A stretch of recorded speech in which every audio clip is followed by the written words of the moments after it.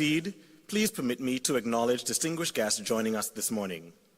The Right Honorable Prime Minister of the Commonwealth of the Bahamas, members of Cabinet, honorable parliamentarians, members of the Diplomatic Corps, senior government officials, leaders of the private sector and civil society, representatives of regional and international organizations, members of the clergy, specially invited guests, members of the media, and again, all those joining us via live broadcast across our region and across the world. Your presence today reflects our shared commitment to regional cooperation, sustainable development, and the continued advancement of the Caribbean people. My name is Barry Griffin, former Vice President of the Senate in the Bahamas and current Chairman of the Bahamas Trade Commission. I am your Master of Ceremonies, and I extend a warm welcome to all delegates to my home, the beautiful Commonwealth of the Bahamas, proud hosts of this year's meeting. At this time,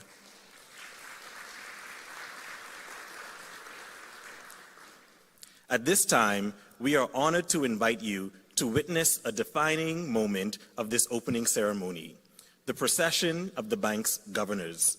We kindly ask that you hold your applause until all governors have been announced and are in place. Leading the procession, representing the bank's 5 British overseas territories, Anguilla, the Cayman Islands, the British Virgin Islands, Montserrat, and the Turks and Caicos Islands, islands renowned for their natural beauty, commitment to preserving its natural environment, cultural charm, biodiversity, resilience, and vibrant tourism economies. Please welcome Anguilla's first ever female premier, a history-making leader, and a powerful symbol of progress and possibility across the Caribbean. The first governor leading off the procession, the Honorable Cora Hodge Richardson. From Antigua and Barbuda, the home of world-class sailing, rich cultural heritage, and a strong voice for small island developing states on the global stage, where there's a beach for every day of the year and a legacy of excellence from cricket, home of Sir Vivian Richards, and a remarkable legacy of West Indies legends, including Sir Andy Roberts, Sir Richie Richardson, Sir Curtly Ambrose, well known for its global advocacy. Kindly join me in welcoming Mr. Whitfield Harris, alternate governor and advisor at the Ministry of Finance. Representing Barbados, the proud home of the vibrant Crop Over Festival and of global icons from Sir Garfield Sobers to Rihanna, a distinguished nation at the forefront of climate advocacy and financial innovation, leading the call for reform of development finance for vulnerable states and helping shape the future of sustainable development on the world stage. Please welcome the Honorable Ryan Strawn, Minister of Finance. Representing Belize, a country at the forefront of ocean conservation and home to the world's second largest barrier reef, where the rhythms of Garifuna culture were carried to the world by Andy Palacio, the homeland of George Price, and a country whose influence spans culture, sport, and global achievement. Please welcome Dr. the Honorable Osman Martinez, Minister of State. From Brazil, Latin America's largest economy, a global agricultural powerhouse, and a key driver of South-South cooperation, the land of Pelé, a global cultural icon and one of the world's most dynamic and influential economies, we welcome Ms. Marcela Tetnazer Laiz, temporary alternate director. From Canada, a global leader in innovation, inclusive growth, and multilateral cooperation, the nation of global statesmen and champions of diversity, including Prime Minister Lester Pearson, Nobel Prize laureate, we welcome Mr. Philippe Hall, temporary alternate governor. Representing Colombia, a nation rich in biodiversity and increasingly recognized for its leadership in sustainable development and regional integration, the homeland of Nobel laureate Gabriel Garcia Marquez and one of the world's most biodiverse countries, please welcome Ms. Alba Martinez Barrera, temporary alternate governor. From the People's Republic of China, cornerstone of global trade and development finance, with a long legacy of innovation and transformation, an ancient civilization that gave the world many innovations, and a modern driver of global development. We're honored to welcome Mr. Lu Li, temporary alternate governor. From Germany, renowned for engineering excellence, economic strength, and leadership in climate and energy transition, the nation that gave the world the printing press and pioneered the modern automobile, birthplace of Beethoven and Einstein, please welcome Mr. Fabian Clem, temporary alternate governor. Representing Grenada, the Spice Island, celebrated for its rich culture, natural beauty, and growing resilience agenda, please welcome the Honorable Lennox Andrews, Governor. From Guyana, one of the world's fastest growing economies, an emerging energy powerhouse, helping reshape regional prospects, please welcome Dr. Tarshand Balogim, temporary alternate governor. Representing Haiti, nation of profound historical significance, symbolizing resilience, cultural strength, and the enduring spirit of its people, please welcome Mr. Jean Boucaud Jean-Jacques, temporary alternate governor. From Italy, a nation whose legacy spans art, innovation, and global influence across centuries of civilization, please welcome Mr. Ludovico Soderini, temporary alternate governor. Representing Jamaica, a cultural superpower whose music, athletic excellence, and global influence continue to inspire the world, please welcome Ms. Darlene Morrison, alternate governor. From Mexico, a dynamic economy bridging North and Latin America, rich in history, culture, and global partnerships, please welcome Ms. Yunin Hernandez, temporary alternate governor. Representing St. Kitts and Nevis, Ms. Laverne Keeley, temporary alternate governor, deputy financial secretary, Ministry of Finance.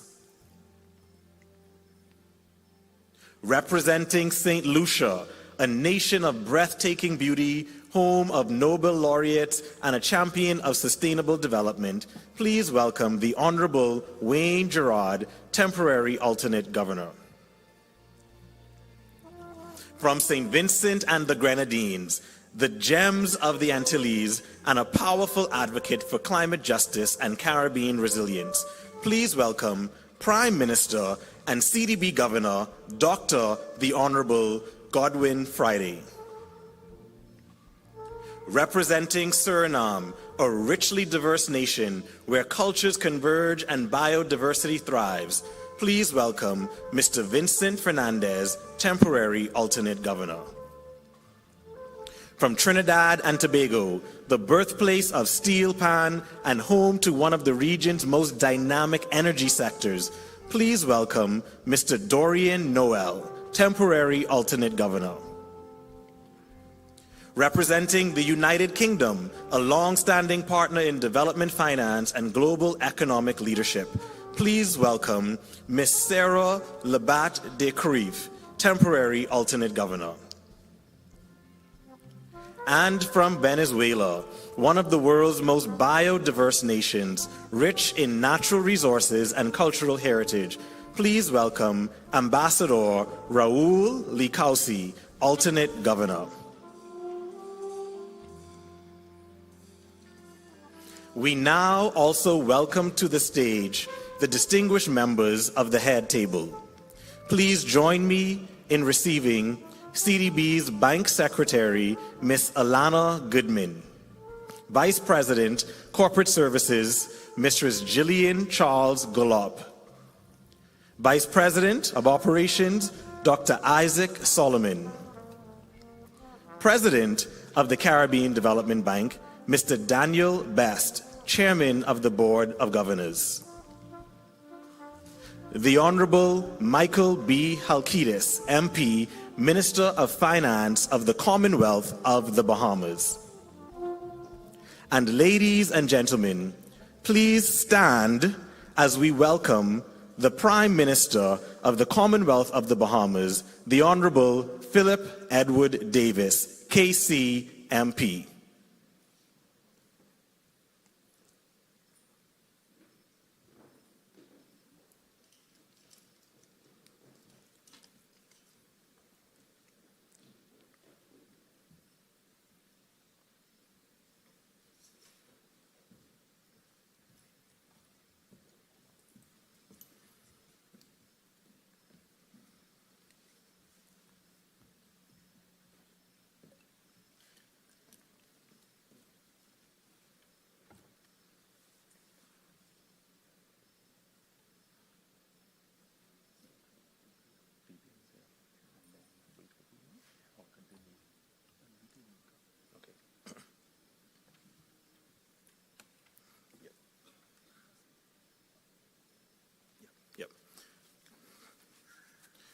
Before we welcome the Prime Minister of the Bahamas, please also join me in welcoming the Deputy Prime Minister of the Bahamas, I, Chester Cooper.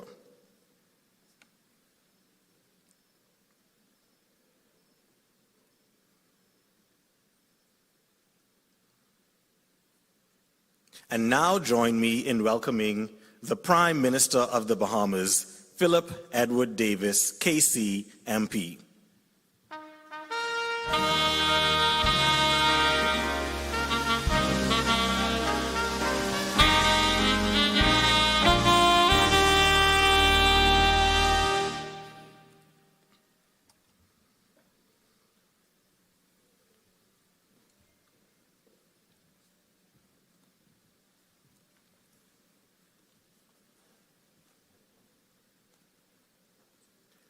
Ladies and gentlemen, these distinguished representatives stand at the highest level of decision-making within the Caribbean Development Bank, each bringing the voice of their nation and together shaping the future of development across our region. Please join me now in warmly recognizing the Board of Governors of the Caribbean Development Bank.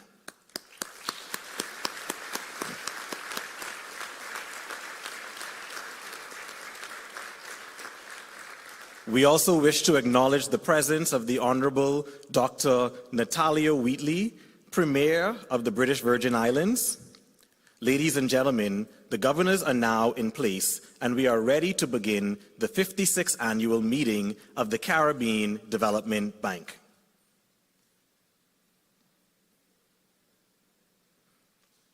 Ladies and gentlemen, as we commence this historic gathering, I invite you to join us in paying tribute to our host nation, the country I call home. Please keep standing for the national anthem of the Commonwealth of the Bahamas.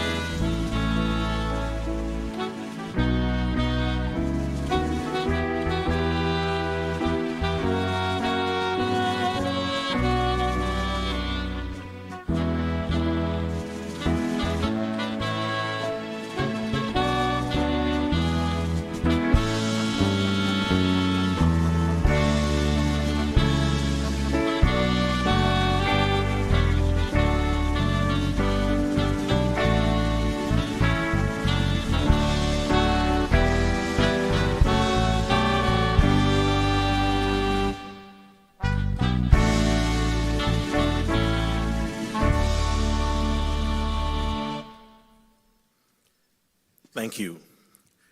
It is often said that the future of our nation and our region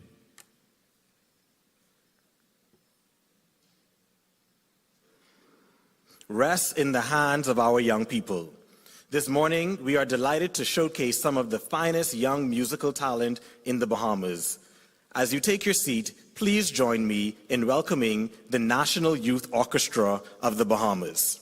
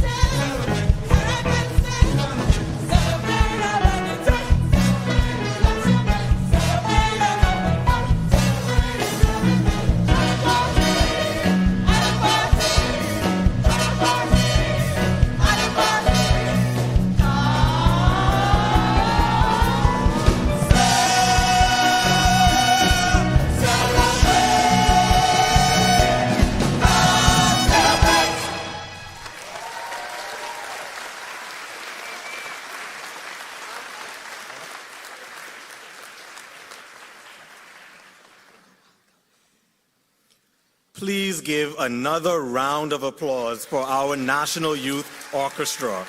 What an absolutely amazing display of Bahamian talent.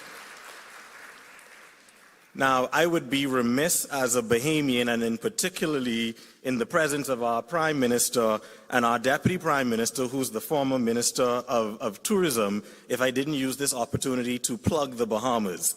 We know that most of you are here for some very serious business, but if that didn't just convince you to explore Bahamian culture while you're here, I'm not sure what would.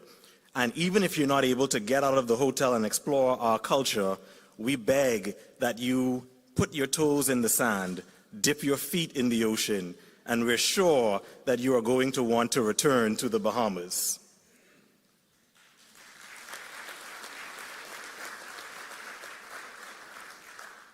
So, ladies and gentlemen, before we formally begin our deliberations, it is fitting that we pause to seek divine guidance and wisdom for the discussions ahead and for the continued prosperity and development of our region. Please welcome now the Venerable James Palacios, who will offer the opening blessing.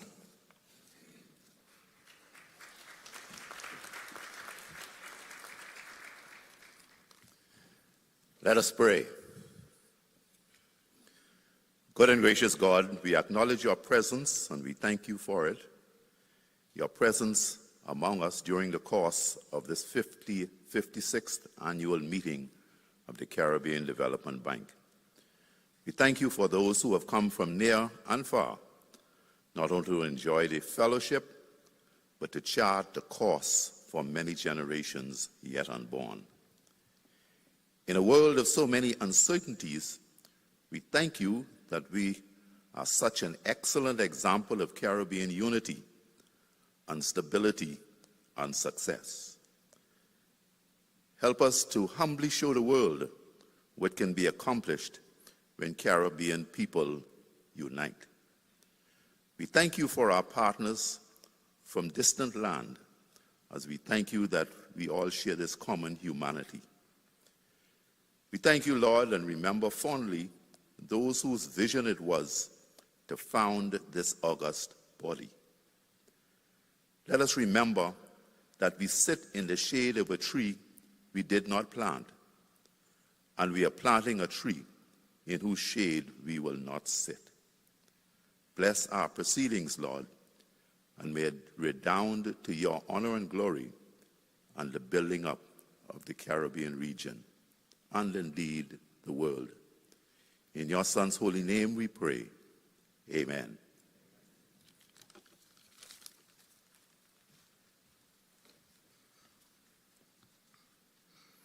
Thank you, Reverend Palacios, for those thoughtful and uplifting words. Ladies and gentlemen, we now move to the official opening of the 56th annual meeting of the Board of Governors of the Caribbean Development Bank. It is my honor to invite to the podium the Chairman of the Board of Governors of the Caribbean Development Bank, Governor for the Bahamas, and Minister of Finance for the Commonwealth of the Bahamas, the Honorable Minister Michael B. Halkitis. Minister, the floor is yours.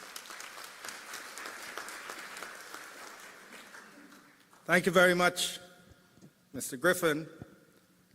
Good morning to all. I extend warm greetings to our distinguished leaders, prime ministers, governors, honored guests, members of the diplomatic corps, members of civil society, representatives of the private sector, our regional and international partners, and especially the young people of our Caribbean community who carry the promise of tomorrow. It is both a privilege and a profound responsibility to stand before you at this opening ceremony as we gather under the timely and compelling theme, Forging the Caribbean's Future, Strategic Solutions for Uncertain Times. Those words capture the reality of the moment in which we are living. We meet at a time when uncertainty has become the defining condition of the global landscape. Around the world, nations are grappling with economic volatility, geopolitical tensions, technological disruption, climate emergencies, food insecurity, rising debt burdens, and widening inequality. For the Caribbean, these challenges are not abstract headlines. They are lived experiences. We know what it means to rebuild after hurricanes devastate entire communities. We know what it means to confront rising costs while protecting vulnerable families. We know what it means to defend our economies against shocks that we did not create. And yet, despite these realities, the Caribbean continues to stand with resilience, creativity, courage, and hope. Indeed, the story of the Caribbean has always been a story of resilience. Our ancestors survived slavery, colonialism, displacement, exploitation, and hardship. They built cultures that transform pain into music, struggle into strength, and diversity into unity. They laid the foundation for nations that continue to inspire the world through perseverance and innovation. Today, however, resilience alone is no longer enough. The future demands strategy, the future demands transformation, the future demands bold leadership and collective action. The question before us is not whether uncertainty exists. It does. The real question is whether we will allow uncertainty to define us or whether we will define the future ourselves. And I believe wholeheartedly that the Caribbean possesses the talent, the intellect, the resources, and the determination to shape a future that is resilient, inclusive, sustainable, and prosperous. But to achieve this future, we must confront several urgent realities. First, we must recognize that climate change remains the single greatest existential threat to our region. The Caribbean contributes minimally to global emissions, yet we remain amongst the most vulnerable regions in the world to climate disasters. Hurricanes grow stronger, coastal erosion accelerates, sea levels continue to rise, agriculture, tourism, fisheries, and infrastructure all face increasing pressure from a changing climate. Caribbean leaders and institutions continue to emphasize that resilience and climate adaptation are no longer optional. They are essential to survival and sustainable development. But, ladies and gentlemen, amid this challenge lies opportunity. The Caribbean can become a global leader in climate resilience and sustainable development. We can expand renewable energy. We can invest in resilient infrastructure. We can strengthen food security through climate-smart agriculture. We can unlock the potential of the blue economy and create industries that protect our oceans while generating jobs and innovation. The transition towards green economies is not merely an environmental necessity. It is an economic opportunity for our people. Second, we must strengthen regional unity and cooperation. The Caribbean has always been stronger when we act together. No single nation in our region can confront global uncertainty alone, but together, through coordinated policy, shared innovation, and collective advocacy, we possess a powerful voice on the international stage. Whether the issue is climate finance, trade reform, digital transformation, food security, or access to development financing, our strength lies in unity.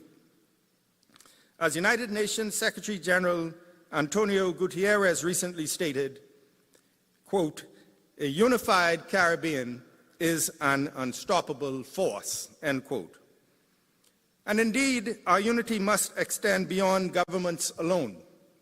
The future of the Caribbean cannot be built solely in parliament chambers or conference rooms.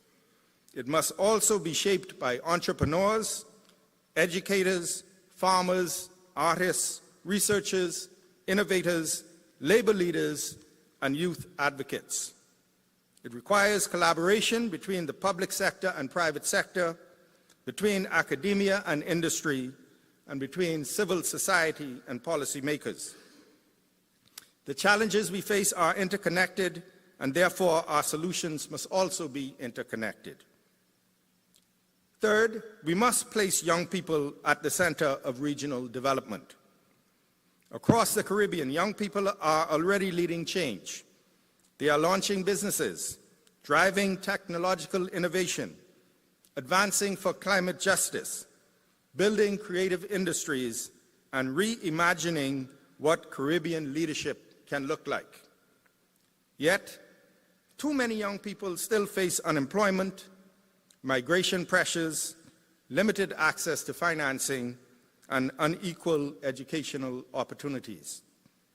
We cannot speak about forging the future while excluding those who will inherit it. And therefore, we must invest intentionally in education, digital skills, entrepreneurship, research, and leadership development. We must create pathways for young people not only to participate in the economy, but to lead it. The future Caribbean economy will be powered not only by natural resources, but by human creativity, digital innovation, and knowledge-based industries. And this leads to another critical point: technology and innovation. Artificial intelligence, digital finance, renewable technologies, and global connectivity are rapidly transforming the global economy. If the Caribbean fails to adapt, we risk being left behind. But if we embrace innovation strategically, we can position ourselves competitively in a changing global environment. Digital transformation can improve healthcare, education, governance, trade, and financial inclusion. Technology can help small businesses access global markets. Innovation can strengthen disaster preparedness and modernize public services. However, technological progress must be inclusive. We must ensure that rural communities, small island states, vulnerable populations, and underserved citizens are not excluded from the benefits of modernization. True development is measured not only by economic growth, but by whether people feel safer, more empowered, and more hopeful about their future.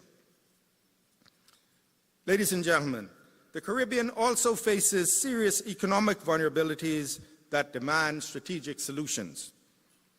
Most of our economies remain heavily dependent on tourism, imports, and external markets.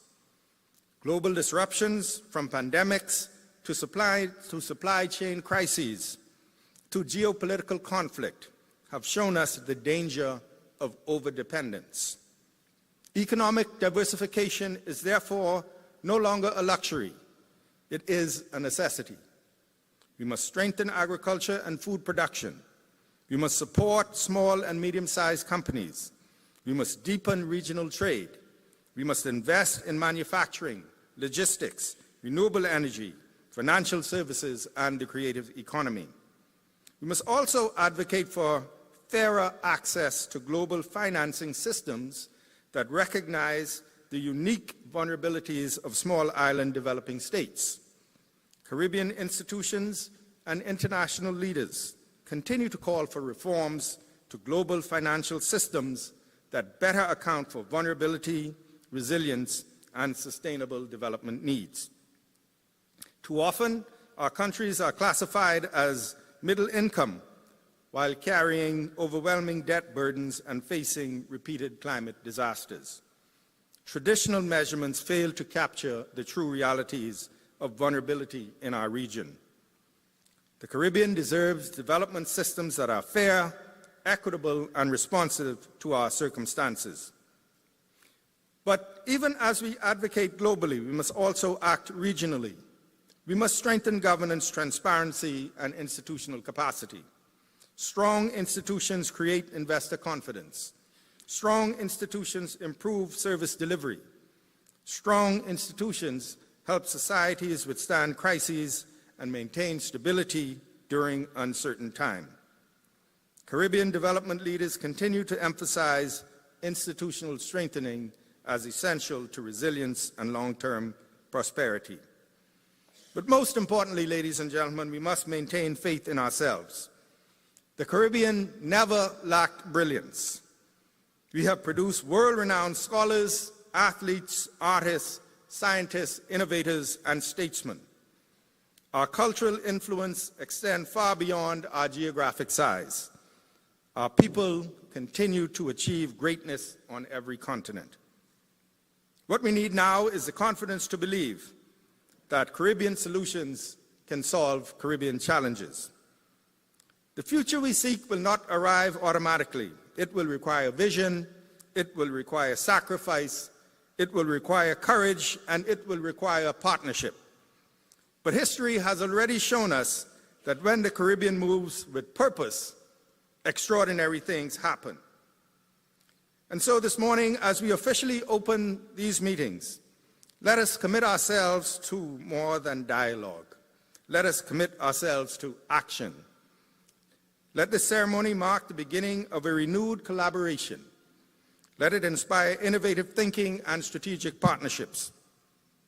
Let it strengthen our determination to confront uncertainty, not with fear, but with confidence and resolve.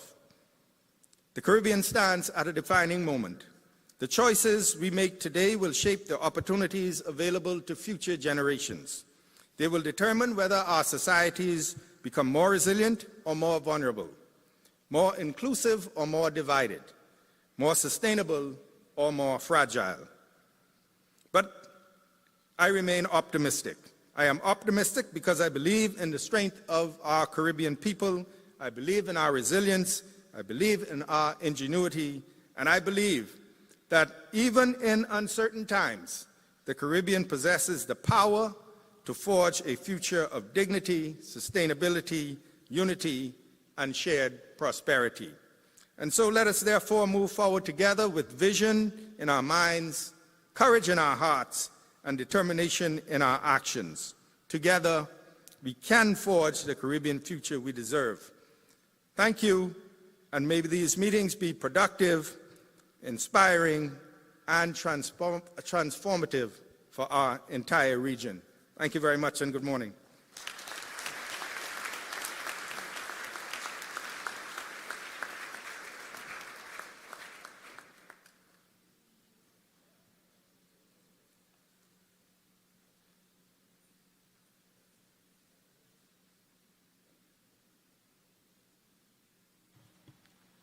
I now invite the Governor for St. Vincent and the Grenadines, Dr. the Honorable Godwin Friday, Prime Minister and Minister of Finance, to the podium to give the reply to the welcome address on behalf of the borrowing member countries.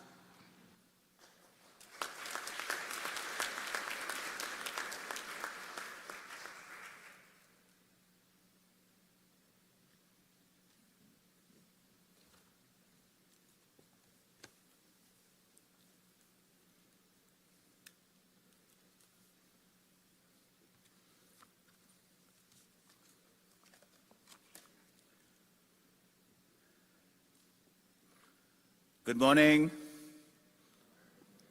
the Honorable Prime Minister of the Bahamas, Philip Davis, the Honorable Chairman of the Board of Governors, Michael Helkides, President of the Caribbean Development Bank, Daniel Best, the Honorable Prime Ministers,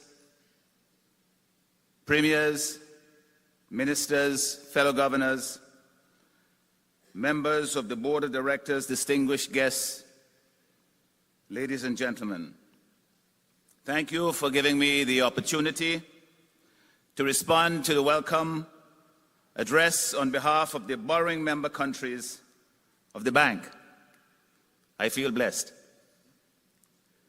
We are grateful to the government and the people of the Commonwealth of the Bahamas for the gracious welcome and hospitality extended to us as guests. You made us feel like the family that indeed we are. Personally, I am delighted to be back in Nassau after so many years. We commend the President of the bank, Mr. Daniel Best, the management and dedicated staff of the bank for the tireless preparatory work and strategic foresight and responsiveness that have set the stage perfectly for the deliberations here. We gather under the theme, Forging the Caribbean's Future, Strategic Solutions for Uncertain Times, which captures well the urgency of this historical moment. We are navigating fast-moving, shifting global geopolitical currents. Old alliances are strained, and long-accepted conventions are being questioned, with no reassuring answers, requiring us now, more than ever, to proceed with a united regional front. The borrowing member countries face a challenging economic environment characterized by persistent structural vulnerabilities, tightening global credit conditions, and severe climate shocks. Central government's debt remains chronically high, with debt to GDP ratios exceeding the prudential 60% target in 9 member countries. In my own country, exceeding 113%. This high debt burden severely limits borrowing countries' ability to fund necessary investments to accelerate economic growth and protect the most vulnerable of our citizens. We face tightening supply chains, rising shipping costs, escalating fuel prices, and high cost of living. Presently, these problems are associated with the Middle East war, but we also know that absent that conflict, we would still be facing difficult economic conditions in our countries. We are further constrained by a challenging international aid environment. Official development assistance from partner governments has experienced a marked decline, exacerbating the critical financing gap. Caribbean nations are forced to do more with less. At a time when the region requires an estimated $14 billion annually for comprehensive climate response, it mobilizes less than 10% of that amount. It is therefore imperative that our development partners become more adaptive, more responsive, and willing to provide highly concessional financing and dedicated resources for loss and damage that will not worsen a bad debt situation. We acknowledge that the Caribbean Development Bank is an indispensable partner in the project of regional economic transformation, promised upon regional integration. However, regional economic integration is sustainable only if partners all derive benefit from it and economic disparities among member countries do not grow too wide. The bank is uniquely positioned to promote that end. The CDB is the only multilateral development bank whose core constituents and owners are the Caribbean people. Through decades of working directly in this space, the bank has developed a wealth of experience, talent, and invaluable knowledge about our countries and region. The bank has become indispensable to our development. Consequently, the CDB is well placed to speak credibly and in a focused manner for its Caribbean constituents, and to be in the lead in designing solutions tailored to the needs of our economically and climate vulnerable small open economies.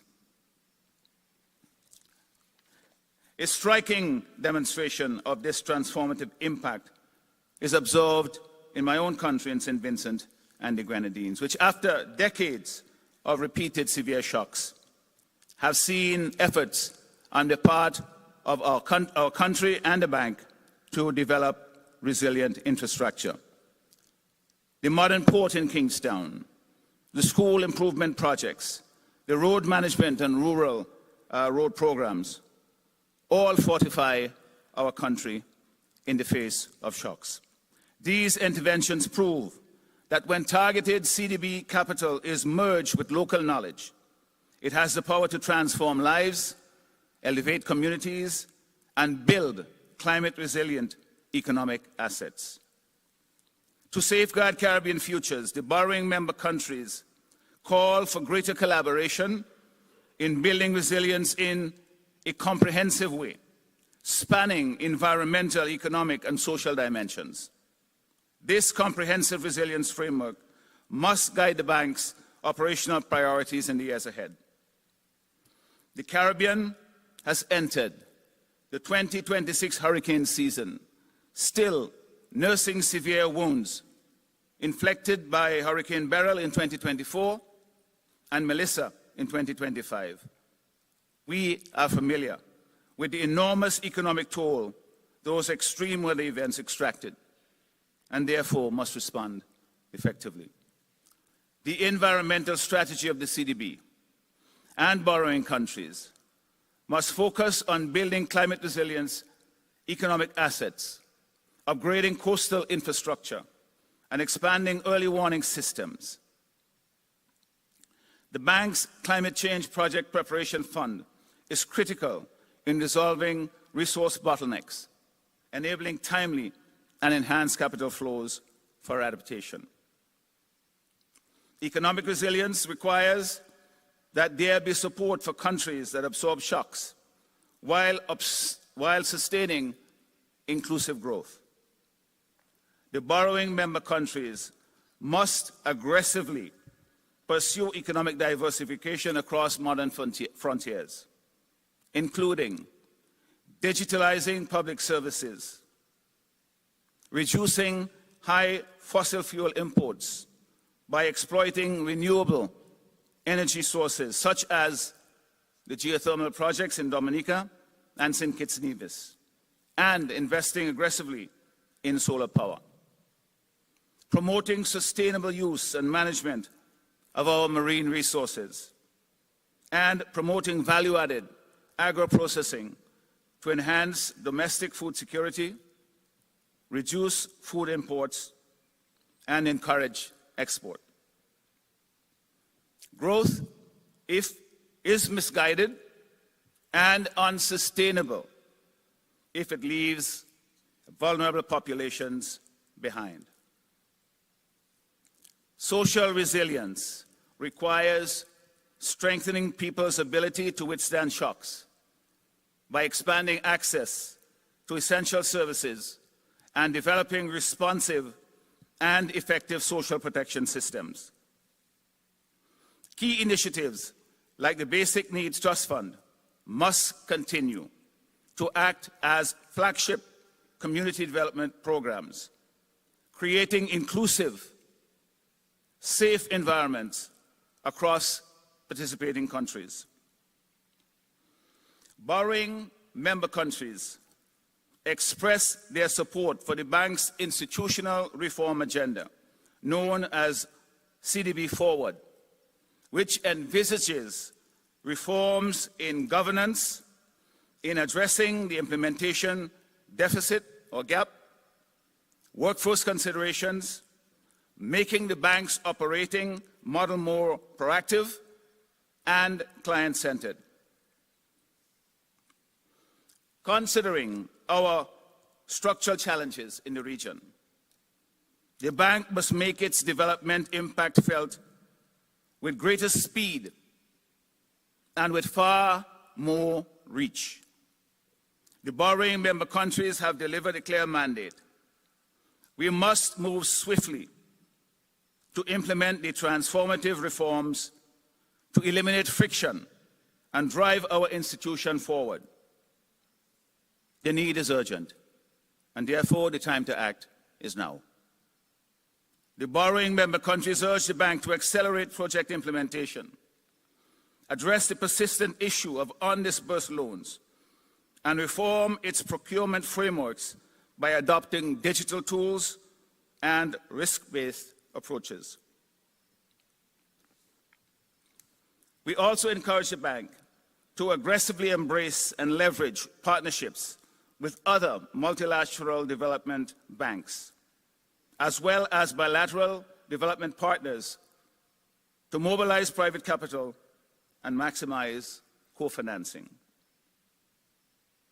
To sustain this ambitious agenda, the borrowing member countries appeal directly to all CDB shareholders and non-regional partners to fully support the bank in its strategic direction.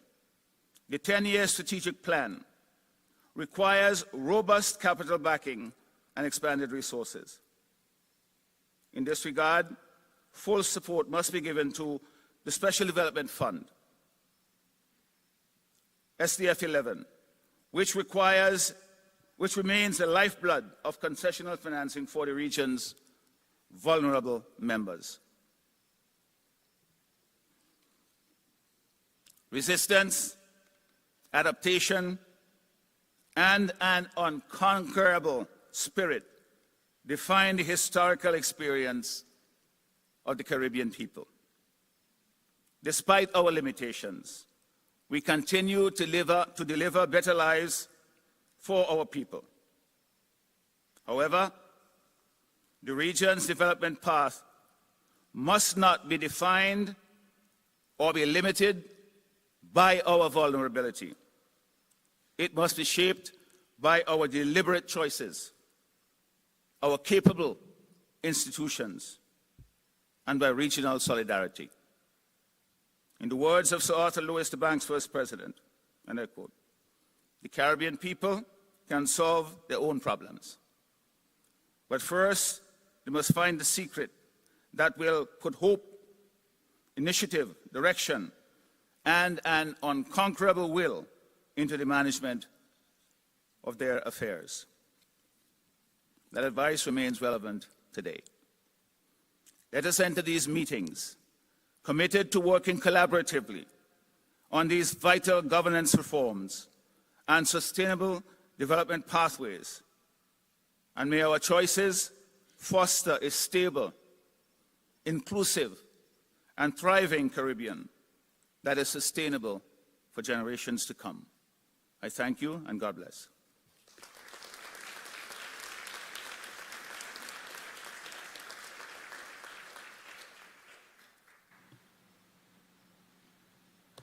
Thank you, Governor. I now call on the temporary alternate governor for Brazil, Ms. Marcela Tetzner-Leis, to give the reply to the welcome address on behalf of the regional non-borrowing member countries.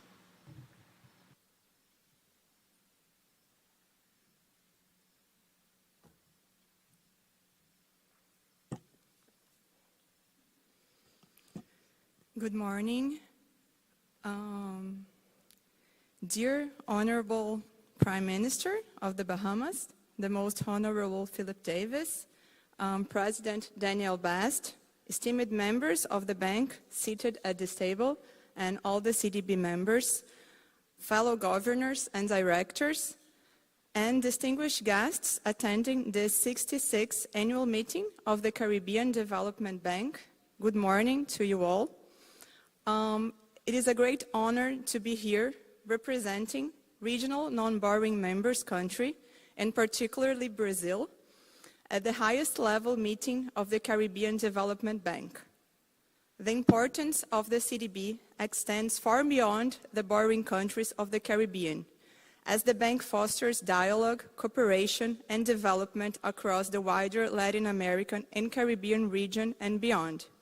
1 year ago, in 2025, Brazil had the great honor of hosting the bank's annual meeting in our capital, Brasilia, and also the Brazil-Caribbean Summit, bringing together representatives from 16 nations under the motto, "Drawing Closer to Unite." President Lula put forward priority areas for cooperation, including environment, energy transition, food security, connectivity, and diplomacy. It took several months of intense work and dedication from our team to make the bank's annual meeting possible. Hence, we know firsthand how much effort takes place behind the scenes of a meeting like this. For that reason, we would like to express our sincere gratitude to the CDB management and, above all, to our host, the Bahamas, for their warm hospitality and excellent organization of this event. For more than a century, CDB has played a vital role in promoting economic cooperation, integration, and development among Caribbean countries through the financing and support of impactful public and private investments. Over time, the bank has continually evolved to respond to the needs of the region and to an ever-changing global landscape. This year, with the launch of the 2026-2035 strategic plan, we are beginning a new cycle. In a world marked by geopolitical instability, as well as growing climate and environmental risks, the central theme of the plan could not be more timely: resilience. In this regard, the strategy is particularly successful in organizing its framework around 3 interconnected pillars of resilience: social, economic, and environmental. These dimensions are inseparable from one another, and it is increasingly evident that economic growth and social well-being are profoundly linked to environmental sustainability. As it engendered this outward-looking strategy, CDB did also undertake important internal reforms. For nearly 2 years, the bank and the members have been engaged in an extensive governance review process. As chair of the Governance Review Committee, Brazil has had the opportunity to follow this work very closely. It is, therefore, with great satisfaction that we witness the conclusion of an important step of this governance review during this meeting. From this point forward, it is time to roll up our sleeves. It is time to move from strategy to implementation, not only in delivering the 10-year strategic vision, but also in carrying out the governance reforms that will make the bank stronger, more efficient, and better equipped to fulfill its mission. May this meeting serve as a moment for reflection, dialogue, and the construction of solutions that allow us to progress even further toward these shared objectives. I wish everyone a successful and productive meeting. Thank you.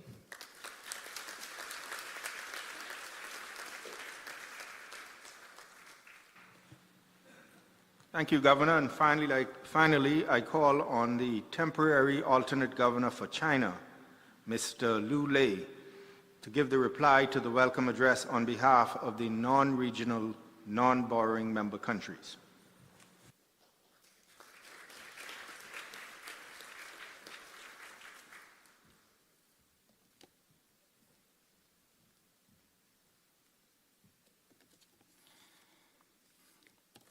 Thank you, Chair. Your Excellencies, Honorable Mr. Prime Minister, Honorable Chairman and members of Board of Governors, Honorable President Daniel Best, ladies and gentlemen, good morning. On behalf of non-regional, non-borrowing members, I sincerely thank the government and people of Bahamas. Thank you for your warm hospitality in hosting the 56th annual meeting. We would also like to thank CDB team for the excellent organization. This annual meeting's theme, Forging Caribbean's Future, Strategic Solutions for Uncertain Times, is very timely. Caribbean currently faces significant challenges, including climate vulnerability, external shocks, constrained fiscal space, rising inflation, and tightening financing conditions for the global and regional development.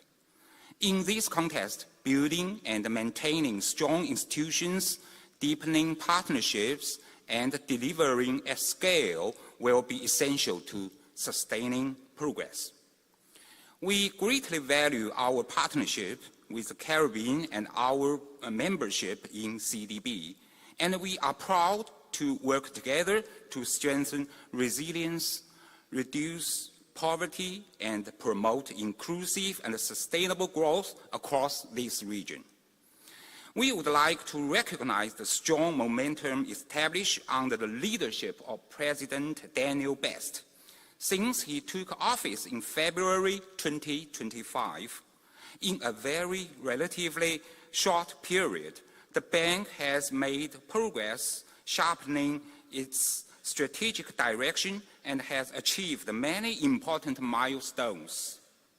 President Best and the senior management team have demonstrated a commitment to advancing institutional governance, strengthening delivery, and positioning the bank to meet future challenges. We welcome the Strategic Plan 2026 to 2035. This plan presents an ambitious vision to strengthen social, economic, and environmental resilience in this region. We also support the comprehensive governance review and the bank's first MOPAN assessment. Together, these initiatives build a strong foundation and evidence base. They enhance the bank's ability to deliver for the region. The CDB Forward Roadmap presents a necessary and forward-looking reform agenda to modernize the bank's governance, operating model, institutional culture, and financial capacity. We call upon CDB management to move decisively into high-quality implementation and to look forward to engaging closely with the bank on these efforts. The process will be central to enhancing institutional performance, strengthening delivery, and ultimately achieving greater development impact. We congratulate the bank on the important progress made in strengthening its risk management framework. The use of innovative financial instruments has supported its credit rating and helped increase lending headroom. We are pleased that the bank is operating at the frontier of innovation for MDB balance sheet optimization. Through the exposure exchange agreements with other regional multilateral development institutions and the first loss portfolio credit guarantee with the Government of Canada, which is consistent with the G20 capital adequacy framework agenda. Looking ahead, a central priority will be translating this strategic direction into tangible results for Caribbean. The effectiveness of bank's support will depend on our ability to respond to the specific needs and priorities of its members, focusing on the bank's areas of comparative advantages and meaningful impacts. Strong, focused country engagement strategies will therefore be critical to ensure country ownership, clear strategic direction, coherence across instruments, and measurable achievements. As the bank continues to advance its strategic ambitions, we underscore the importance of strong accountability to shareholders, contributors to the Special Development Fund, client countries, and communities the bank is intended to serve. Continued focus on outcomes, institutional performance, disciplined balance between ambition and delivery, the efficient use of scarce resources to safeguard the bank's financial sustainability will be essential to sustain confidence and support for its work. We encourage CDB to strengthen its procurement standards in line with broader MDB reforms, promoting quality and cost effectiveness, supporting innovation, market engagement, and local employment, thus advancing poverty reduction goals and private sector-led growth. We also encourage the continued and systematic sharing of evaluations and analytical studies and application of lessons learned across all of the bank's instruments. This will help reinforce learning, transparency, and continuous improvement. Finally, we wish to underline the importance of partnership. We encourage the bank to continue strengthening collaboration with other MDBs, development partners, and the private sector. Deeper coordination and harmonization can reduce transaction costs for countries and maximize development effect. The bank plays a vital role as trusted regional partner and convener to align efforts and amplify collective impact.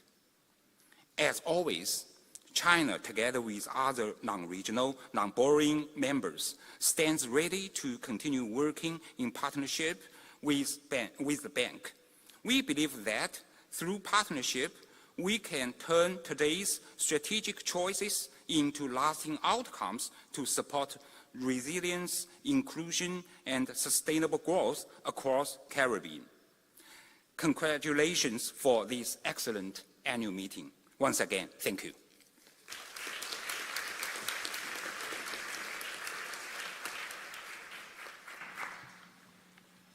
Thank you, Governor.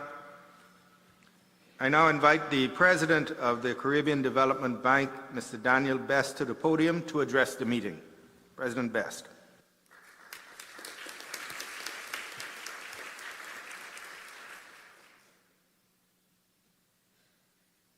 Thank you, Chair. Good morning to our honorable Prime Ministers, honorable Premiers, Ministers, Excellencies, distinguished partners, colleagues, and friends.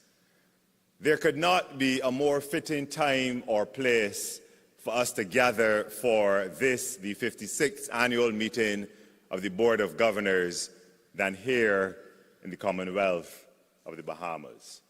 Let me begin with appreciation and, of course, congratulations to the government and people of the Bahamas. Thank you very much for your warm hospitality. It reflects the very best of the Caribbean spirit, welcoming, united, and forward-looking. The Prime Minister, the Honorable Philip Edward Davis, congratulations on your historic re-election. I wish you every success in this new chapter as you continue to advance the progress and shared prosperity of the Bahamian people. Today, I invite us to reflect on how far we have come, how much we have overcome, and on what this moment is asking of us, because history has a remarkable way of speaking to the present. More than 56 years ago, during a period of profound change, Caribbean leaders gathered with a bold idea. Across the region, countries were emerging from colonialism, building new institutions, defining new identities, and confronting an uncertain future.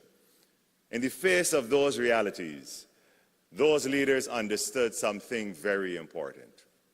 They understood that uncertainty was not a reason to retreat. It was a reason to build. And so they built. They built the Caribbean Development Bank, an institution created by Caribbean people for Caribbean people, grounded in the belief that our future would be stronger if we faced our challenges together. It is fitting that the inaugural meeting of this institution took place right here in the Bahamas.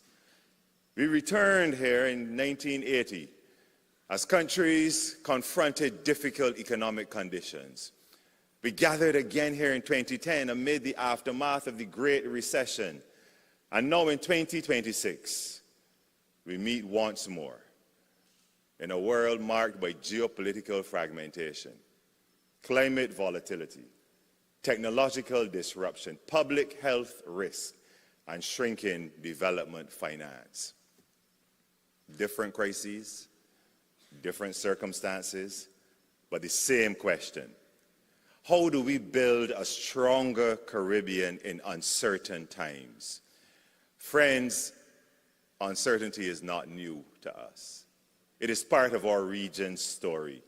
And every generation before us answered uncertainty with action. So as I reflect on our theme for the coming week, Forging the Caribbean's Future, Strategic Solutions for Uncertain Times, CDB commits that this annual meeting will ensure that we isolate challenges and issues, identify innovations and solutions, implement actions to support meaningful change, and build permanent partnerships. These efforts will drive meaningful impact that will help the bank to innovate, transform, and thrive. Elements of my vision of rebirth for the bank.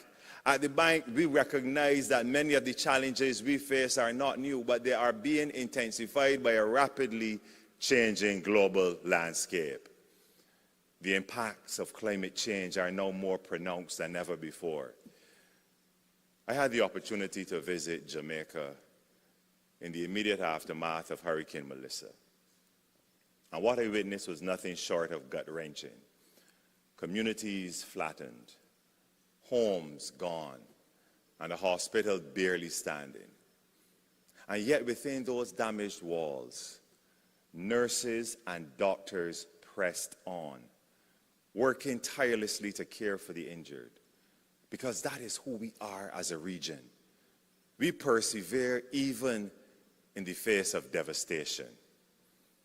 At the same time, the changing global landscape is amplifying external shocks and geopolitical tensions, and their effects are reaching our shores with increasing speed and intensity.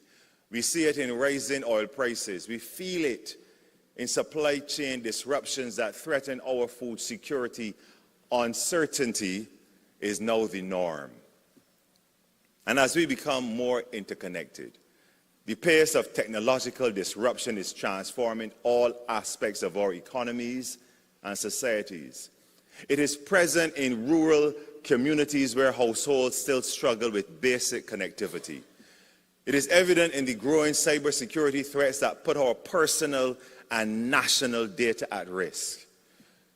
Yet it is this very interconnection and integration that holds the greatest promise for our region, unlocking our ability to compete on the global stage, attract world-class investment, and ultimately build resilient, dynamic societies where our young people choose not to leave, but to stay, thrive, and shape the future.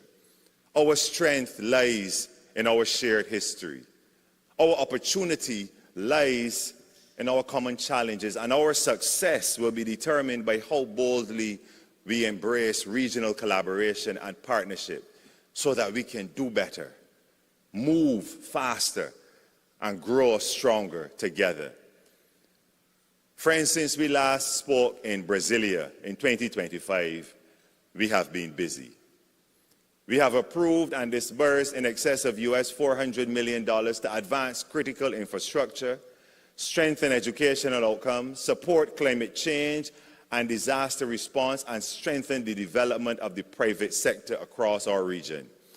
We achieved a record US $226.7 million in climate finance commitments, while mobilizing new resources through the Green Climate Fund.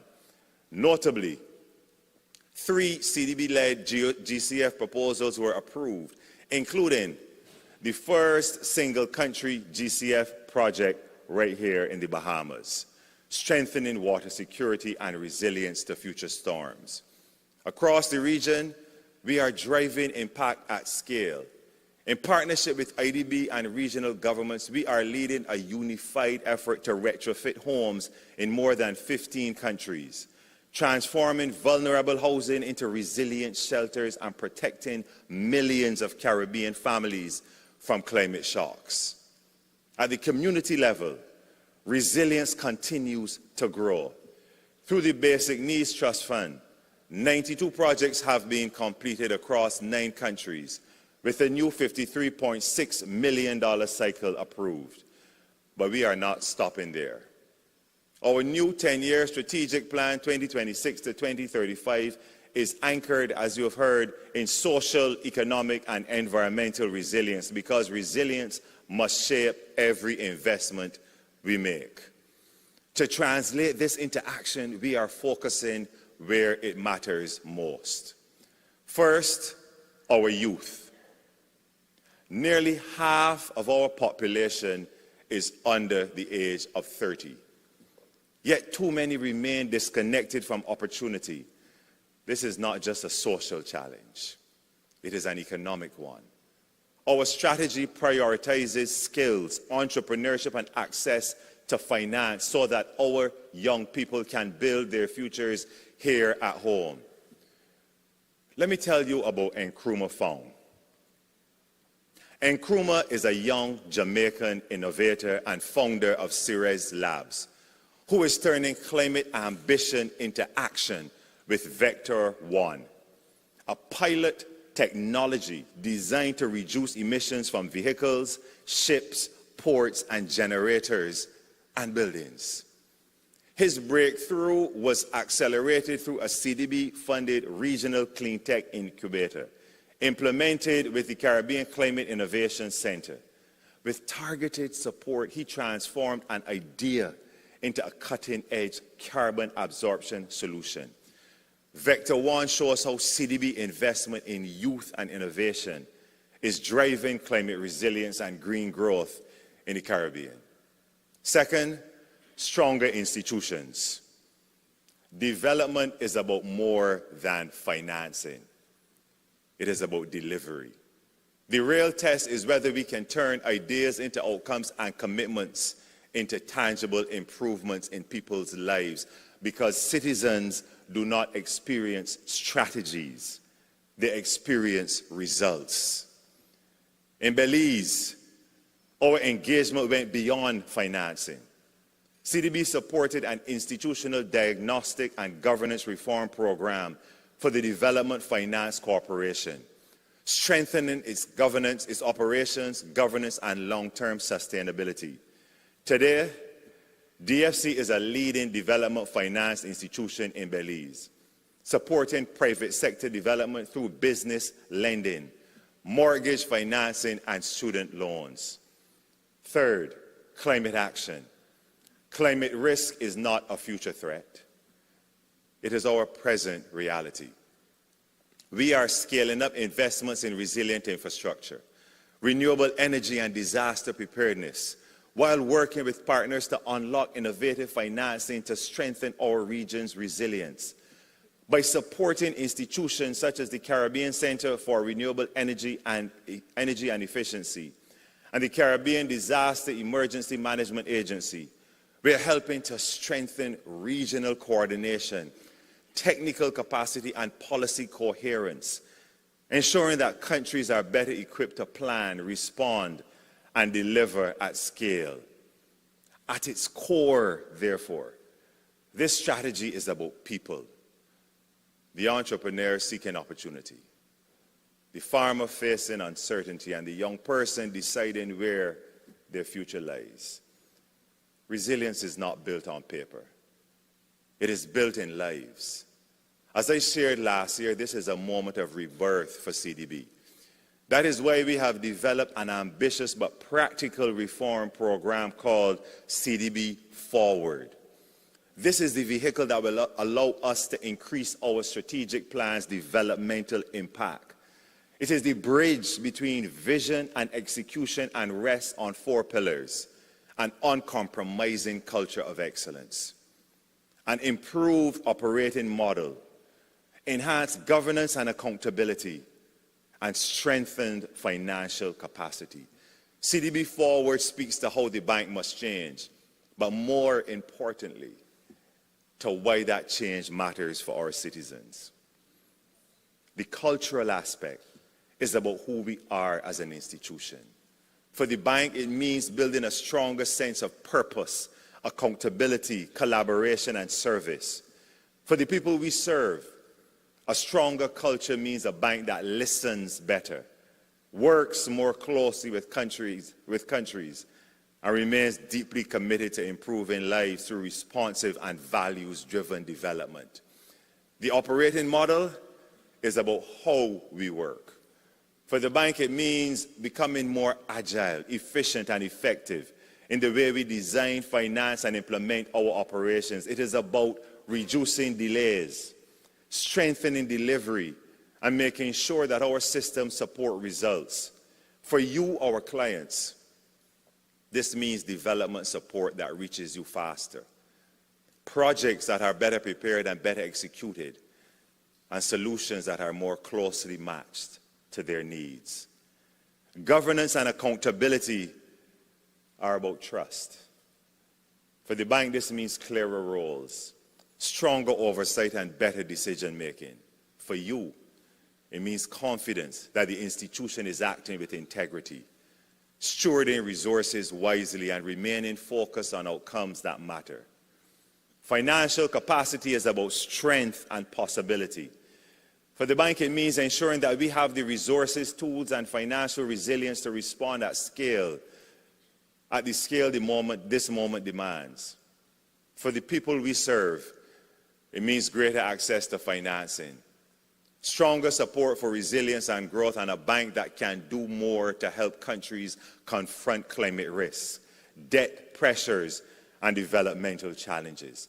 Ultimately, CDB Forward will position the bank to serve the Caribbean with greater purpose, credibility, and impact in a decade that will demand nothing less. Friends of CDB, as we look ahead to this week, we recognize that in a world defined by uncertainty, we must go further. We must move from commitment to execution because uncertainty demands strategic solutions. This meeting is intentionally designed not just for dialogue, but for results, building partnerships and advancing implementations. Our seminars are no longer just discussions. They are solution labs focused on delivering practical responses to real challenges. The William G. DeMaas Lecture continues to anchor our thinking, challenging us to rethink development in a rapidly changing world. This year, Justice Dennis Barrow reminded us of a crucial point. Strong institutions, particularly judicial systems, are fundamental to resilience, investor confidence, and inclusive growth. We are also proud of the strong presence of the youth, not as observers, but as co-creators, ensuring that solutions for the future are shaped with those who will inherit it.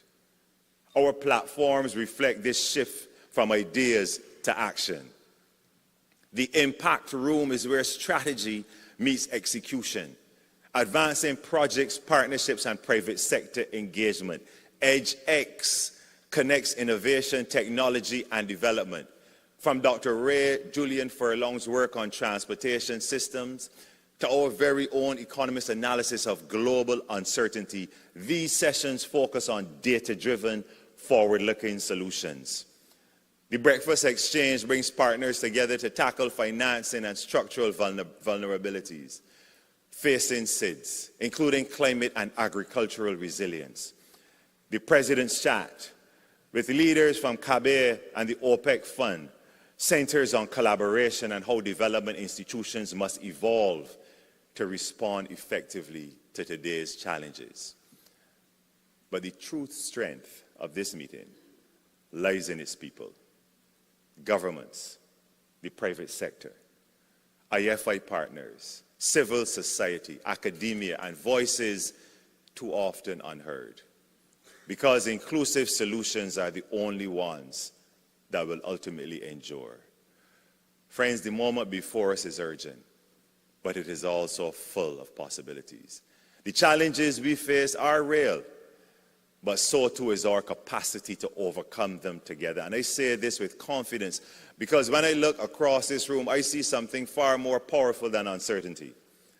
I see leadership. I see partnership. I see innovation. I see determination. And I see the same spirit that brought Caribbean leaders together more than 56 years ago. Those leaders looked beyond the crises of their moment and chose to build an institution that would serve generations they would never meet. Today, we are the beneficiaries of that vision because the Caribbean has never waited for history to happen to it. We have always been at our best when we had the courage to shape history ourselves. That was true when this bank was established. It was true through every challenge that follows. And it must be true again now. So let us leave this meeting with urgency. Let us leave with purpose. Let us leave with a renewed commitment to partnership. And let us leave determined to build a Caribbean that is stronger, greener, more resilient, more inclusive, and more prosperous than the one we inherited. Because if those visionary leaders who founded this institution could look upon us today, I believe they would ask only one thing of us: to be as bold in our moment as they were in theirs. I thank you.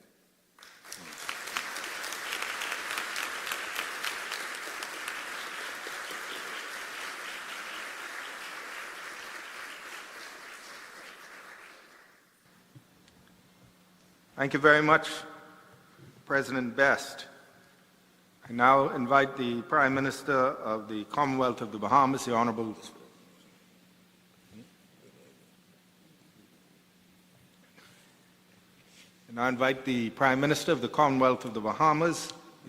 Philip Edward Davis, to address the meeting. Please welcome him to the podium.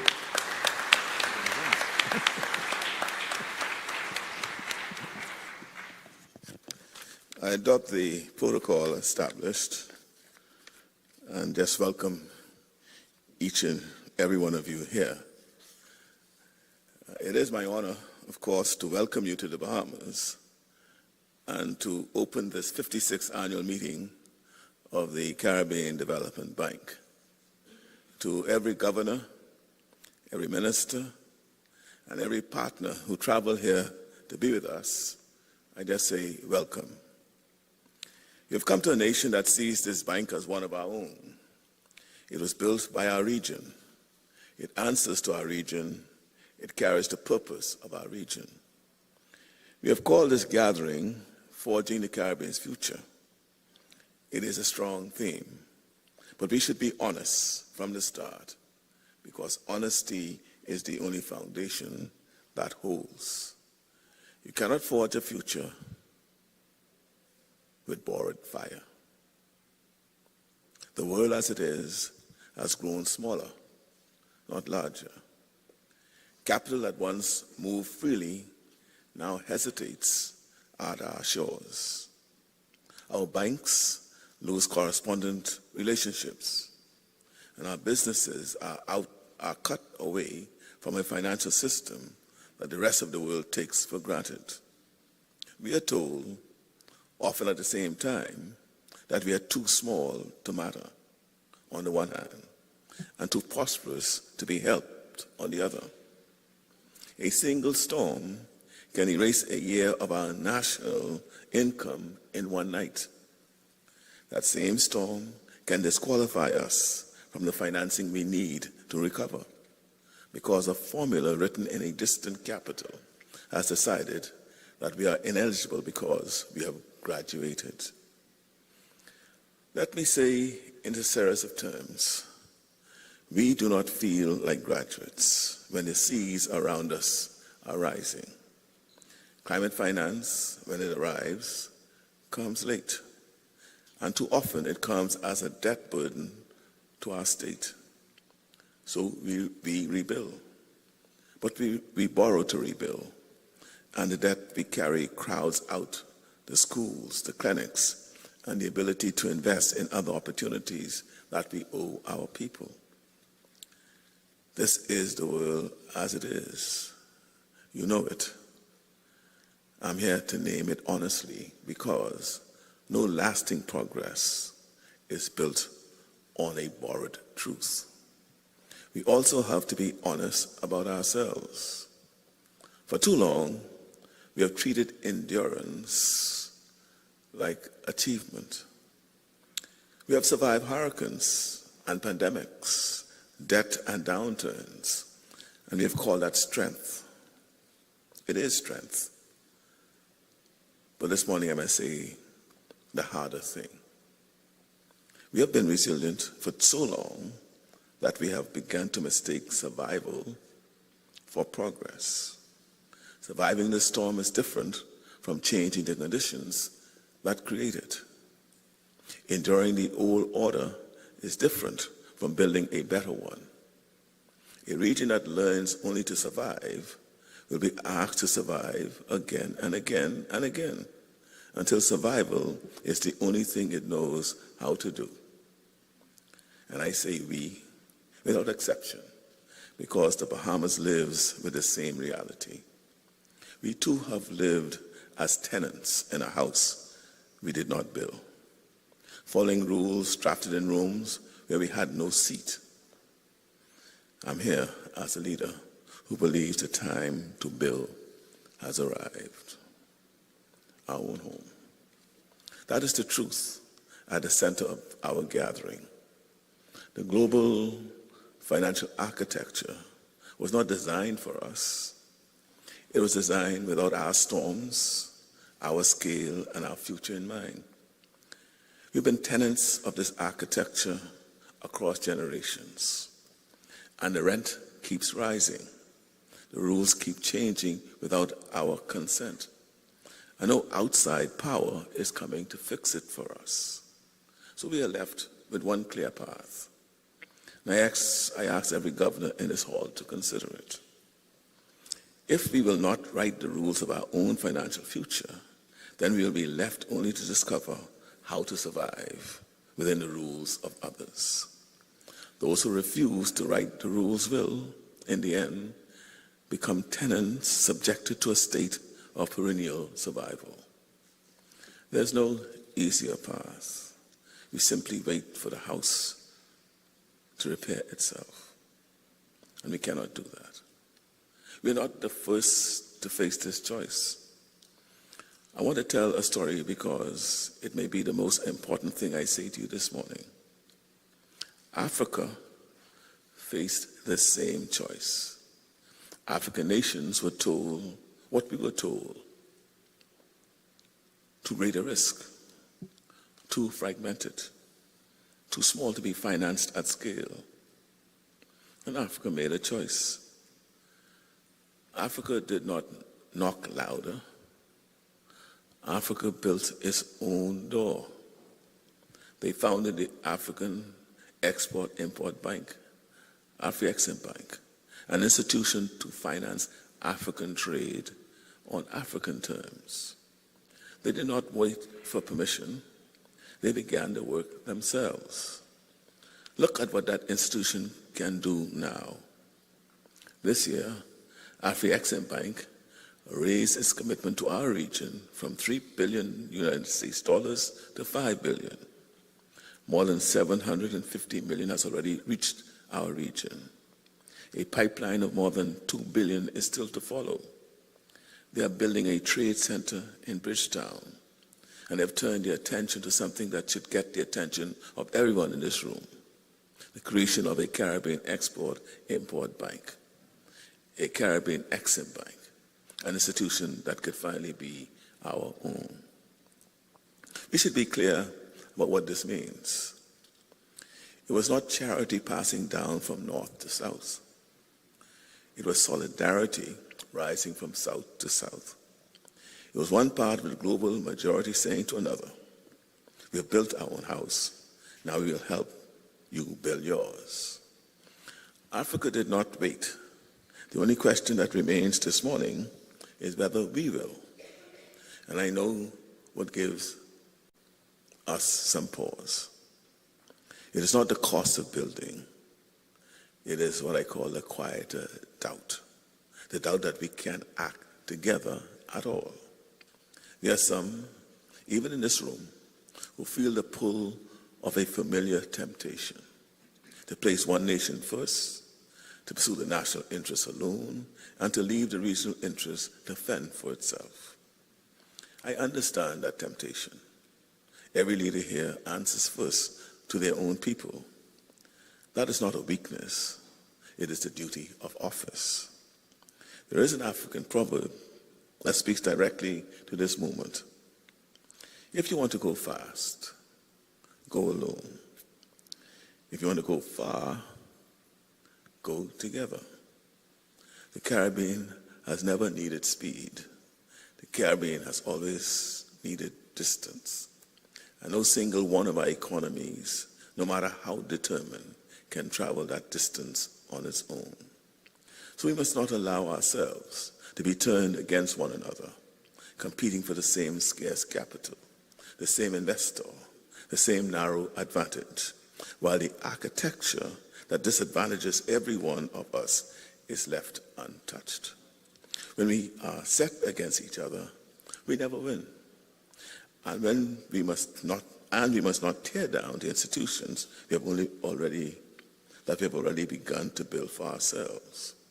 CARICOM is the first house we built together. It is not finished.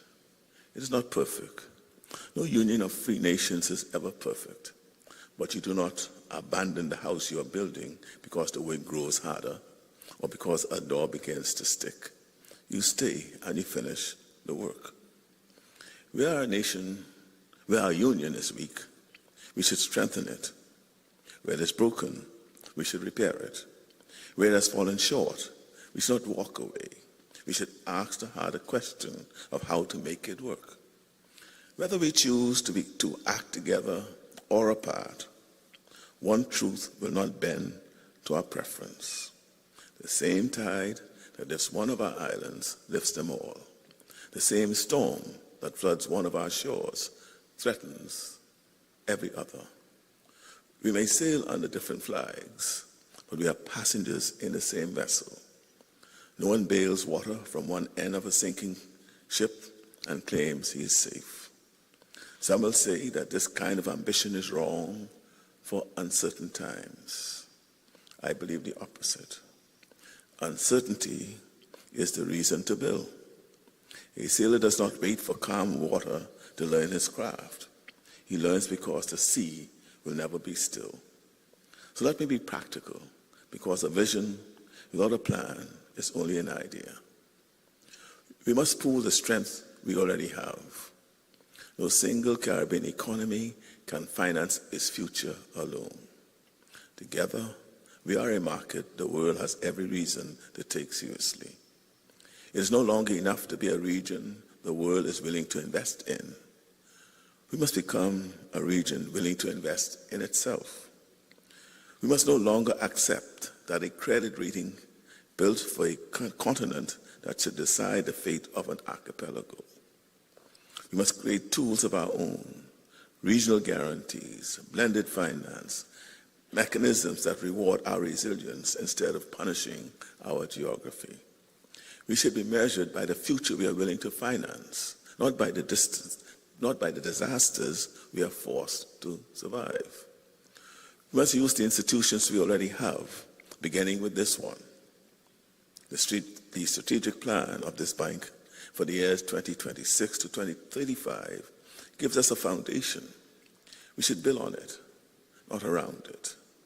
And we must invest in the one asset that no agency can ever downgrade and that no storm can ever wash away: the mind of a Caribbean child. We owe our young people far more than survival. We owe them prosperity.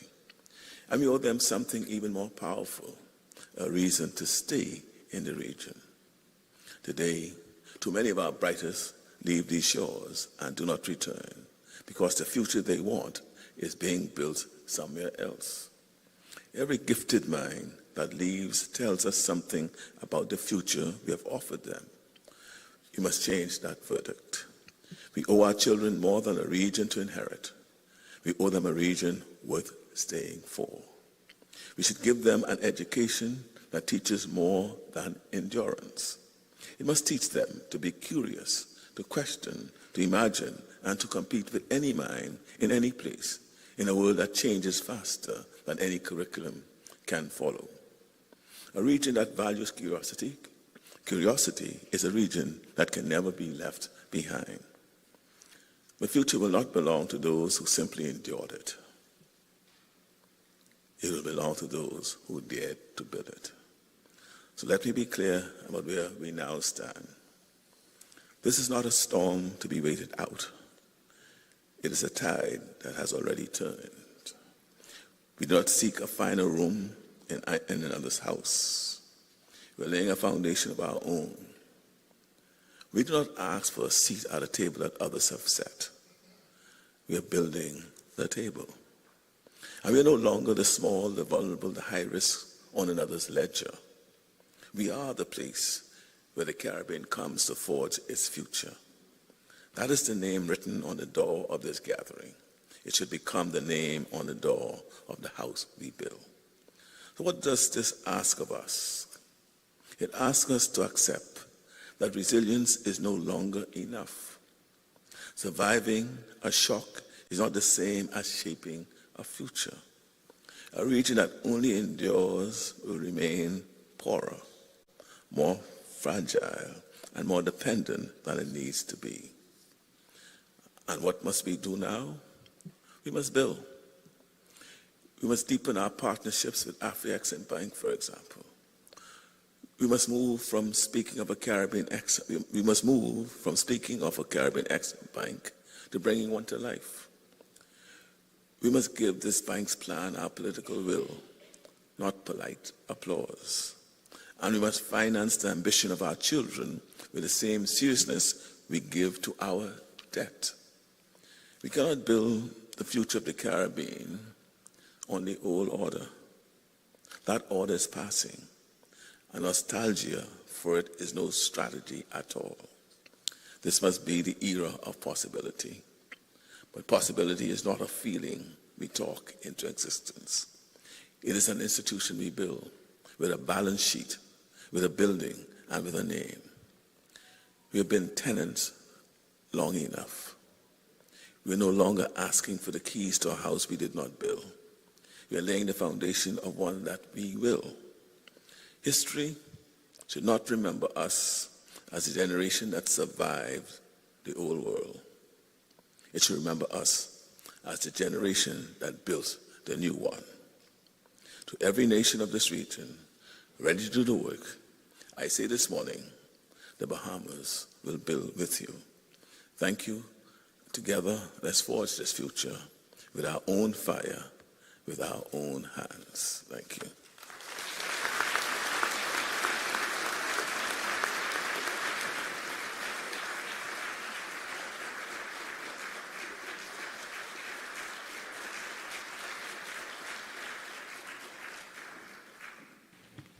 Thank you very much, Prime Minister. Distinguished guests, ladies and gentlemen, I now bring this opening ceremony to a close.